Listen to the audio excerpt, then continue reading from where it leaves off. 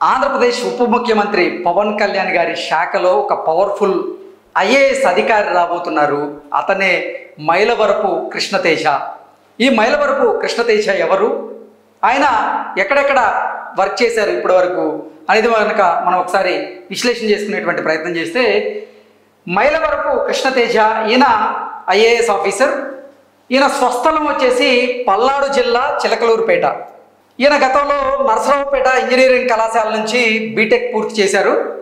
Hyderabad RC Reddy coaching సెంటర్లో ఆయన లెక్చరర్గా జాబ్ కూడా చేయడం జరిగింది. 4వ ప్రయత్నంలో సివిల్స్లో 66వ ర్యాంక్తో ఈయన ఐఏఎస్గా మారారు. Next 2015 batch Kerala cadre IAS officer ఈ మైలవరపు కృష్ణతేజ. 2018 కేరళ వరదల సమయంలో అలెప్పి జిల్లా సబ్ కలెక్టర్గా ఈ మైలవరపు కృష్ణతేజ గారు పనిచేశారు.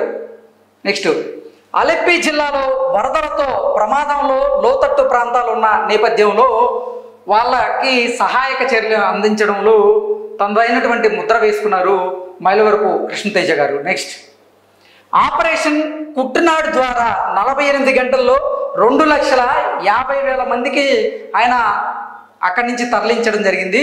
సో ఈ కుట్టునాడు ఆపరేషన్ ద్వారా కూడా ఈ మైలవరపు కృష్ణతేజ అక్కడ అంటే కేరళ ప్రజలకి ఆయన సుపరిచితుడిగా మారారు. నెక్స్ట్ ఐఎమ్ ఫర్ అలెప్పి ద్వారా వరద బాధితుల కోసం ఆయన విరాళాలు సేకరించారు. కేరళ పర్యాటకాభివృద్ధి సంస్థ ఎండీగా, పర్యాటక శాఖ డైరెక్టర్గా కూడా ఆయన బాధ్యతలు నిర్వహించారు. కేరళ ఎస్సీ కార్పొరేషన్ అలాగే బీసీ కార్పొరేషన్ డైరెక్టర్గా కూడా ఈ మైలవరపు కృష్ణతేజ విధులు నిర్వహించారు. నెక్స్ట్ 2023లో త్రిశూర్ జిల్లా కలెక్టర్గా ఆయనకి పోస్టింగ్ వచ్చింది. నెక్స్ట్ కరోనాతో అనాథలైనటువంటి 609 మంది బాలలకు దాతల సహాయంతో ఉన్నత విద్యకు చేయూతనందించారు మైలవరపు కృష్ణతేజ గారు. నెక్స్ట్ భర్తలను పోగొట్టుకున్నటువంటి 35 మంది వితంతువులకు ఇళ్ల నిర్మాణం చేశారు మైలవరపు కృష్ణతేజ గారు. నెక్స్ట్ కృష్ణతేజను డిప్యుటేషన్ పైన ఏపీకి రప్పిస్తున్న deputy CM Pawan Kalyan. So Mylavarapu Krishnateja గారిని డిప్యుటేషన్ మీద ఆంధ్రప్రదేశ్కి రప్పించబోతున్నారు ఆంధ్రప్రదేశ్ ఉప ముఖ్యమంత్రి పవన్ కళ్యాణ్ గారు. నెక్స్ట్ సో అసలు కృష్ణతేజ గారినే డిప్యుటేషన్ మీద పవన్ కళ్యాణ్ గారు ఎందుకు తీసుకొచ్చేటువంటి ప్రయత్నం చేస్తున్నారు అనే అంశాన్ని మనం విశ్లేషణ చేసుకునేటువంటి ప్రయత్నం చేద్దాం. ప్రస్తుతం మనతో పాటు ఉన్నారు ప్రముఖ రాజకీయ విశ్లేషకులు జగదేవ్ గారు. జగదేవ్ గారితో మాట్లాడదాం. జగదేవ్ గారు నమస్తే. నమస్తే అండి. జగదేవ్ గారు, మైలవరపు కృష్ణతేజ ప్రముఖ ఐఏఎస్ ఆఫీసర్. ఆయన ఇప్పుడు పవన్ కళ్యాణ్ గారి శాఖలో ఒక కీలకమైనటువంటి ఆఫీసర్గా మారబోతూ ఉన్నారు.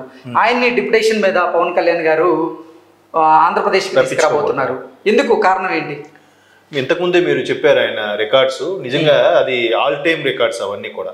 ఫస్ట్ నేను కూడా ఈయన ఫస్ట్ టైం న్యూస్లో చూసింది ఇవన్నీ జనరల్గా చూశాను. అంటే సామాన్య ప్రజలకి ఏదంటే అలెప్పి బాధలు కానీ కుట్టునాడు ప్రాజెక్ట్ గురించి కానీ అదే అక్కడ ఉండే అప్పుడు మనకి కేరళ వరదల సమస్య మనం చూసాం న్యూస్లో.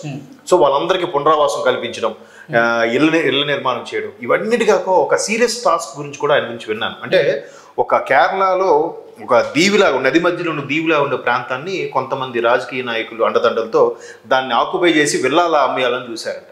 అటు స్థానికులు కంప్లైంట్ చేయడంతో వెంటనే ఈయనకి ఎంత ప్రెజర్ వచ్చినా ఎంత హైర్ ఆఫీసర్ చెప్పినా ఎవ్వరి మాట లెక్క చేయకుండా వాళ్ళందరినీ ఆ కట్టడాలు వాళ్ళు తొలగించి అది మళ్ళీ పర్యాటక ప్రాంతంలాగా డెవలప్ చేశారట. సో కేరళలో ఉండే ప్రతి ఒక్కరు కూడా ఈయన ఒక దేవుడితో సమానం. ఓకే, ఈయనకి ఒక నేషనల్ అవార్డు కూడా వచ్చినట్టుగా నేను వార్తల్లో చూశాను. సో అటువంటి వ్యక్తి, అంత చాకచక్యంగా పనిచేసిన వ్యక్తి మన తెలుగు నిజాయితీగా అంత నిబద్ధతతో పనిచేసినటువంటి ఒక ఆఫీసర్ ని ఇప్పుడు పవన్ కళ్యాణ్ గారు డిప్యుటేషన్ మీద ఆంధ్రప్రదేశ్ కి తీసుకురాబోతున్నారు.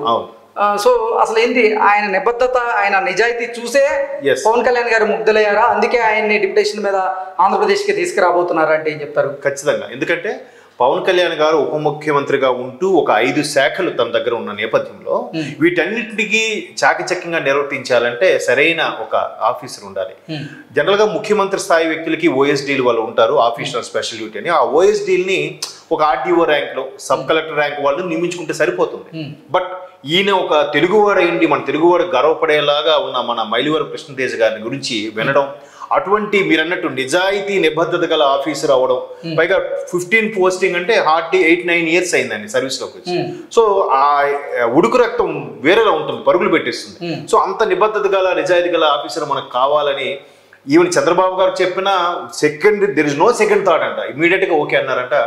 మనం వెంటనే సెంట్రల్ తో మాట్లాడి ఆయన అవసరమైతే ఇక్కడ తెప్పించుకుందాం, లేదా డెప్యుటేషన్ మీదైనా ఏపీకి రప్పించుకుందాము, ఎలాగో ఒకలాగా మీరు తన గురించి ఎంక్వైరీ చేసి పిలిపించుకుంటారు కాబట్టి ఖచ్చితంగా చేపించుకుందాం. ఇవన్నిటికీ నిజాయితీ నిబద్ధత ఒక ఒత్తు అయితే, ఆయన తెలుగువాడు అవడం మనకు గర్వకారణంగా ఉంది. అండ్ మోర్ ఓవర్ ఇప్పుడు ఆయన పర్యాటకం అభివృద్ధికి ఎండీగా పనిచేశారు ఆయన కృష్ణతేజ్ గారు. విపత్తులు వచ్చినప్పుడు ఎలా పనిచేయాలో కూడా అనుభవం ఉంది. అలా వీటన్నిటికన్నా బెస్ట్ క్వాలిటీ నిజాయితీగా ఉండడం. నిజాయితీగా ఎవరుంటారో వాళ్ళందరినీ ఒక హక్కును చేర్చుకుని దగ్గరికి చేరదేయడం పవన్ కళ్యాణ్ గారికి బాగా ఇష్టమైన ప్రక్రియ కాబట్టి అటువంటి యంగ్ ఆఫీసర్స్ తో పనిచేస్తే మనం కూడా, ఎందుకంటే ఫస్ట్ టైం ఆయన ఒక కేబినెట్ హోదాలో ఉన్నారు, ఇంతవరకు ఎమ్మెల్యేగా కూడా ఎక్కడ చేయలేదు, ఎంతవరకు మినిస్టర్లు కూడా దగ్గర నుండి చూసిన దాఖలా లేవు.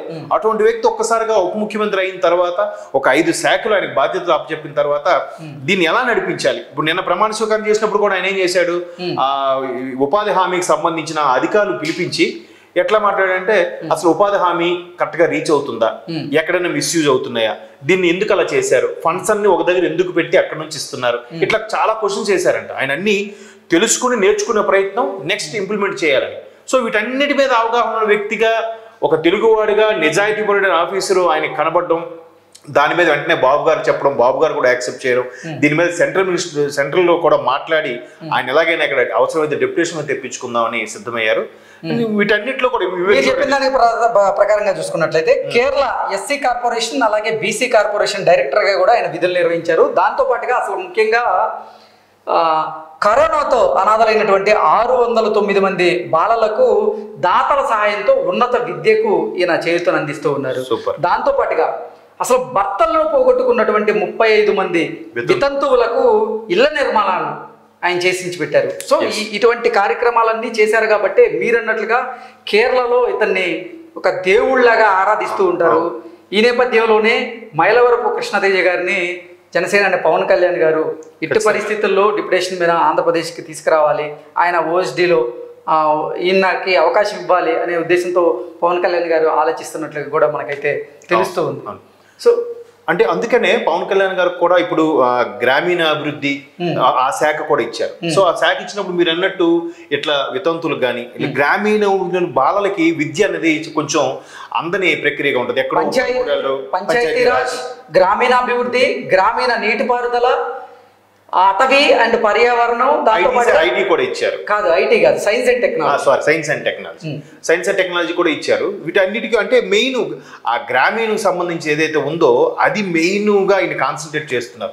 సో కాన్సన్ట్రేట్ చేసినప్పుడు ఇట్లాంటి వాటి మీద అవగాహన ఉన్న వ్యక్తిగా మీరు అన్నట్టు ఇప్పుడు బీసీ కార్పొరేషన్, ఎస్సీ కార్పొరేషన్ వాటికి కూడా డైరెక్టర్ గా విధులు నిర్వర్తించారు కాబట్టి ఎలాగ నిర్వర్తిస్తే బాగుంటుందో ఒక ఐడియా ఉన్న వ్యక్తిగా ఆయన మీద బాగా, అంటే నేషనల్ అవార్డు వచ్చి ఆయన్ని తిరిగి రప్పించుకుంటున్నారు, కోరుకుంటున్నారంటే ఖచ్చితంగా ఆయన కొలమానం ఏంటంటే నిజాయితీయే. సో నిజాయితీ పరుడు ఆఫీసర్ వీటన్నిటికీ పక్కన పెడితే మనవాడు మన తెలుగువాడు అని ఇంకొక సాఫ్ట్ కార్నర్ ఉంటుంది.